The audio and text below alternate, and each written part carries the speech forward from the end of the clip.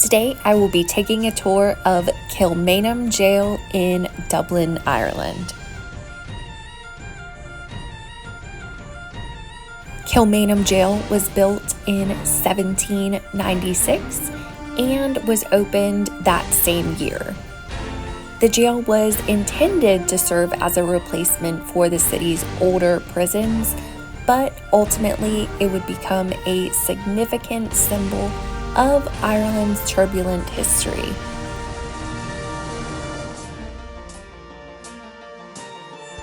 I will start this video by saying that the guide for the tour I went on asked us not to do any filming.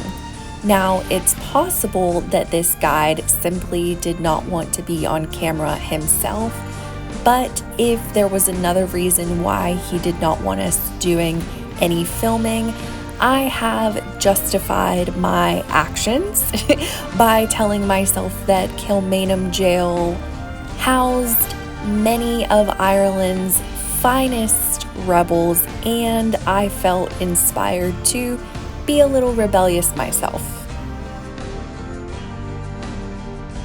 Throughout its history, Kilmainham Gaol housed many notable Irish revolutionaries, including leaders of the 1916 Easter Rising, making it an enduring symbol of Ireland's fight for independence.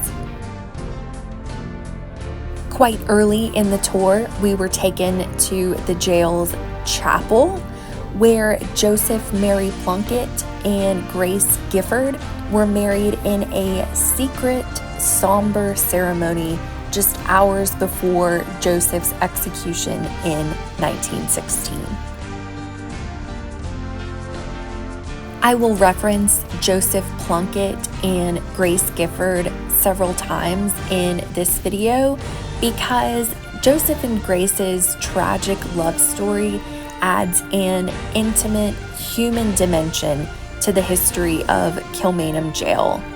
It makes the experience of visiting or seeing the jail feel deeply personal and emotionally resonant.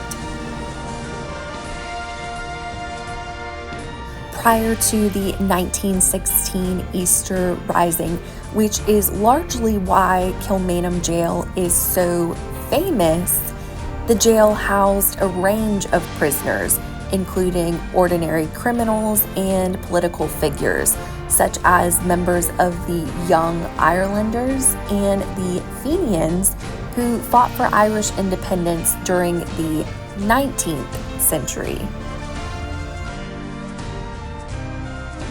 We just saw the jail cell for Joseph Plunkett with the year 1916 beside it. Joseph Plunkett was one of the key leaders of the 1916 Easter Rising. He was a revolutionary who played a central role in planning the rebellion against British rule.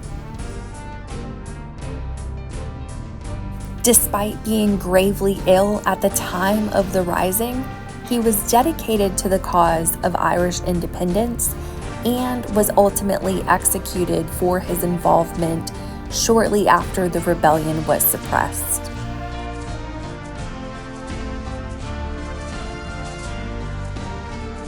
Alongside Joseph Plunkett, the other key leaders of the 1916 Easter Rising included Patrick Pearse, James Connolly, Thomas Clark, Sean McDermott, Eamon Kent, and Thomas McDonough.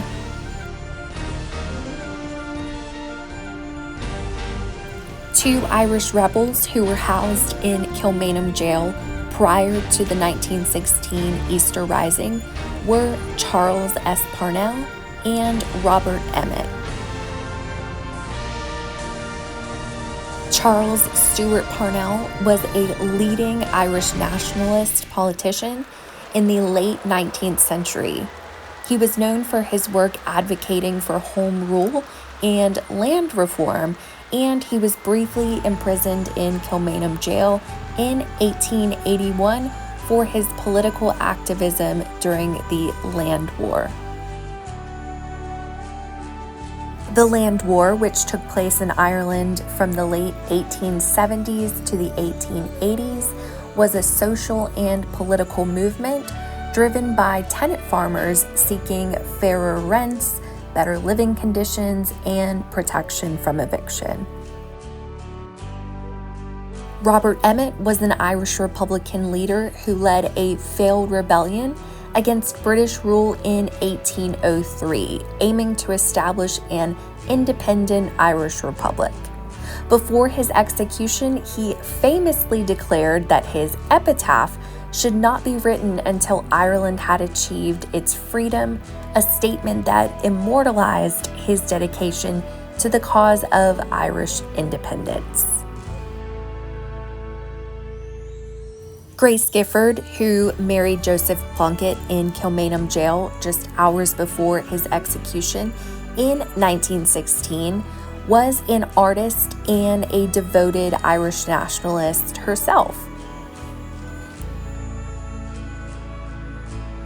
After her husband's death, she continued to support the fight for Irish independence and became an active figure in the anti-treaty movement during the Irish Civil War.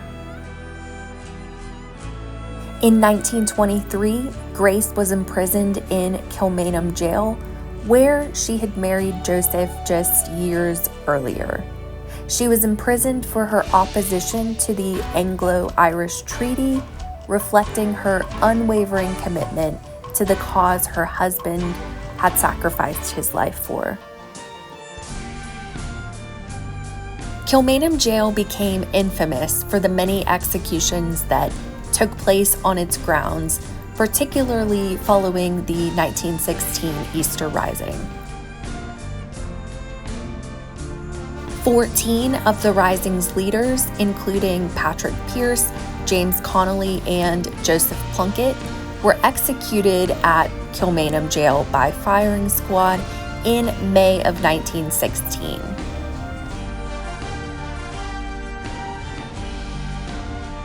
Their executions turned them into martyrs for the cause of Irish independence. The grim legacy of these executions left a lasting mark on the jail, transforming it into a symbol of sacrifice and struggle in Ireland's fight for freedom. James Connolly, who was one of the 7 leaders of the 1916 Easter Rising, sustained serious injuries during the Rising, and he was so badly wounded that he could not stand. He had been severely injured in combat and had been treated at a makeshift hospital just before his execution. But on May 12, 1916, he was brought to Kilmainham Gaol, where he was tied to a chair and shot by firing squad. Here we have the Proclamation of the Irish Republic, which was signed by the 7 leaders I mentioned previously of the 1916 Easter Rising. The proclamation declared Ireland's independence from British rule and outlined a vision for a sovereign nation built on equality and justice for all its citizens. In the museum portion of Kilmainham Gaol, there are items from the men who were executed, and they are most definitely heartbreaking to look at. Some of those items include Grace Gifford's wedding band and a note that Joseph Plunkett wrote to Grace. Joseph's letter to Grace was dated 2 December 1915 and read, "Darling Grace, you will marry me and nobody else. I have been a damned fool and a blind imbecile, but thank God I see. I love you and you only and will never love anyone else. Your love, Joe."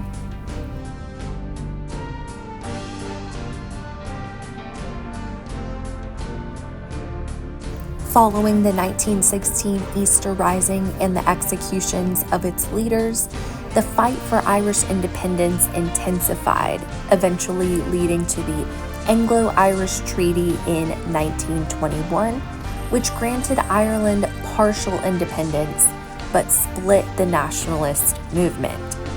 This division sparked the Irish Civil War, during which Kilmainham Gaol once again became a site of tragedy, with anti-treaty leaders executed in 1922 by the new Irish Free State government.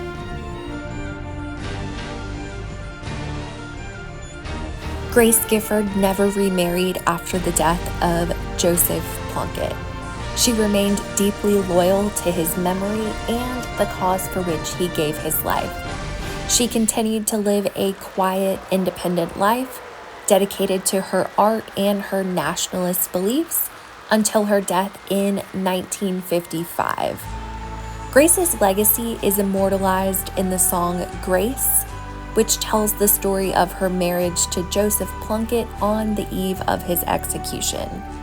The song captures the deep tragedy and love that defined her life.